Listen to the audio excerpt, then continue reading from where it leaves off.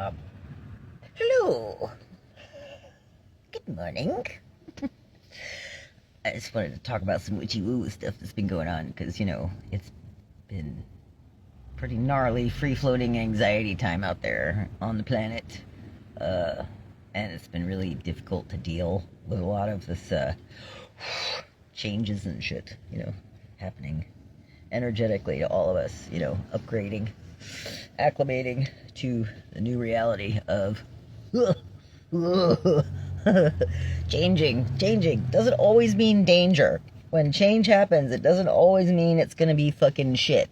Is a sort of a thought to keep in the back of your mind in case you're just assuming change always means shit. So sometimes change is not shit. It's just a case of how you respond to it. And recently I've been learning how to respond, keeping in mind the resetting of your nervous system, stuff like that. How to stay regulated in a time that is, the propaganda machine is very interested in keeping you dysregulated and filled with cortisol so that you die quicker. And then the Sacklers can turn all of America into their own golf course. So in an interest of being a cog in the machine and ruining the monkey brain, it serves you better to keep yourself regulated and constantly be resetting your vagal nervous system when you get triggered by the warmongering machine that's trying to kill you by just freaking you out all the time. So yeah, not watching propaganda helps. Also, I because of that feeling of just like panic and what am I going to do when they come take me away kind of deal, and they round up everybody on the street, and because they're threatening to do that. I read somewhere that it helps to just accept the worst possible scenario as if it already happened. Just accept it, because then you're not afraid of it anymore. So it's just a case of controlling your own internal freak out system in your nervous system. And once that's reset, like the other day, it might come back 2 or 3 times in a day, and just keep resetting it. Because the more that becomes your default mode of, I should just reset my vagal nervous system, it's like a tree, the more times you keep resetting yourself, whenever you feel yourself getting triggered, and the faster that you reset it before you go down in a horrible rabbit hole spiral of depression and anxiety and shit, the more you keep resetting it over and over, it becomes like a habit. And then if you're habitually resetting and re-regulating your nervous system, it almost becomes impossible to be drawn into the self-hating, death-wishing rabbit hole, because you no longer have the neurons firing in that direction, because you've spent all the neurons keep firing over here to re-regulate. So it's like a tree branch, it just kind of falls off. Which I noticed the other day when I just kept re-regulating instead of getting suckered into believing the stupid, crazy thoughts that were coming in my head. At one point, because I didn't even want to get out of bed, I was so depressed. I just kept hiding under the covers. And at one point, I just got mad, and I was like, "Fuck this!" And I just turned around and I faced the feelings, faced them, and I ate the pain. I was like, "I'm just gonna eat the pain like a big eggshell. I'm just gonna." Big expensive eggshell. I'm just gonna eat it. And then as I just directed my energy towards focusing on what exactly that anxiety was trying to say, and I just kept consuming it, I started doing Tonglen, which I've almost forgotten about until recently, until I re-remembered it. When you're doing Tonglen, it's a meditative practice that I've discovered in that book, When Things Fall Apart. And really all it is it's very anti-intuitive in a way, because what you're doing is you're breathing in pain instead of trying to resist it or trying to fend it off. So you breathe it in, you eat the pain, eat it. And with every breath in, you're bringing in the pain, and breathing out relief to just the feeling of a nice cool breeze or spaciousness or the sea or something, very calming. And so you're pushing out relief and you're taking in pain. And as an empath, as a very exhausted empath, most of us often feel like, we've had enough of that. We're so tired of taking in everybody's pain. But this actually transmutes it. It doesn't stay in your body. It actually lifts you above it, because when you're in the midst of transmuting, you no longer are yourself anymore, because with each breath you're taking in not only your own pain, but then it gets a little bit bigger and you take on the pain of everyone else that's in the same boat as you, and everyone that's ever been in the same boat as you, and everyone that will ever be in the same boat as you. So it just keeps getting bigger and bigger and bigger. When you're breathing in that pain, it's like a bigger pain and a bigger pain and bigger relief and a bigger relief and a bigger pain and a bigger relief.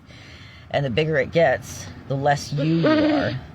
So your ego has totally been removed from the picture, and now you're like, it's like you see the pain or the anxiety as an actual energy instead, and that you're just, and it's now changing. It's like going, ooh, like all things, it's just switching. It's just growing around the fucking obstacle, or it's just transmuting by changing into something else.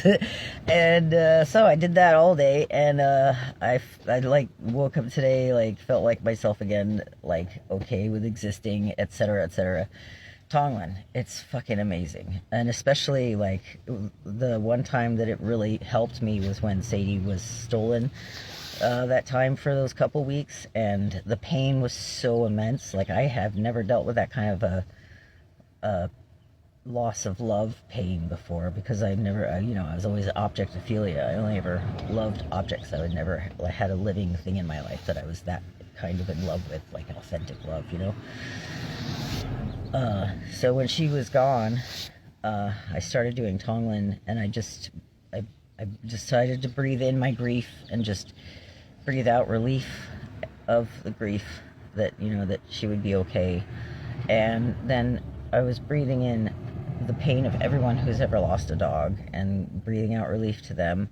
And then I was breathing in the pain of every mother who's ever had a child abducted from them. And then I was breathing in the pain of every parent who's ever lost a child in all time of humanity. And it just became so huge that it was like this, it was almost beautiful, the pain. And I just stayed very tender with it, just kept breathing out relief to it. And then I went outside and I set up her little memorial. And as soon as I put the rocks down and all her dog food and her little, I found all of her hairs laying around my truck, and I gathered them all up, and I just made a little gravesite, and I buried her because I thought she was dead. And I kid you not, within 20 minutes is when that dude showed up and told me that he had Sadie, and I went and got her back. It's like literally changing, transmuting for something that you're so resistant to. You eat the pain and you transmute it inside of you. And in that way, you're standing on the bridge between this world and that world, and it makes a huge difference. And just recently, as we're entering the snake year and shedding our skins, I have come into contact with sort of this very deep and heavy vengeance feeling, the feeling of wanting vengeance. And so I've been tapping into my inner kid. And at some point I saw her as a 6-year-old downright saying no to this grown-ass man trying to get her to fucking quit. She's like 6. She's like, no, I'm not going to.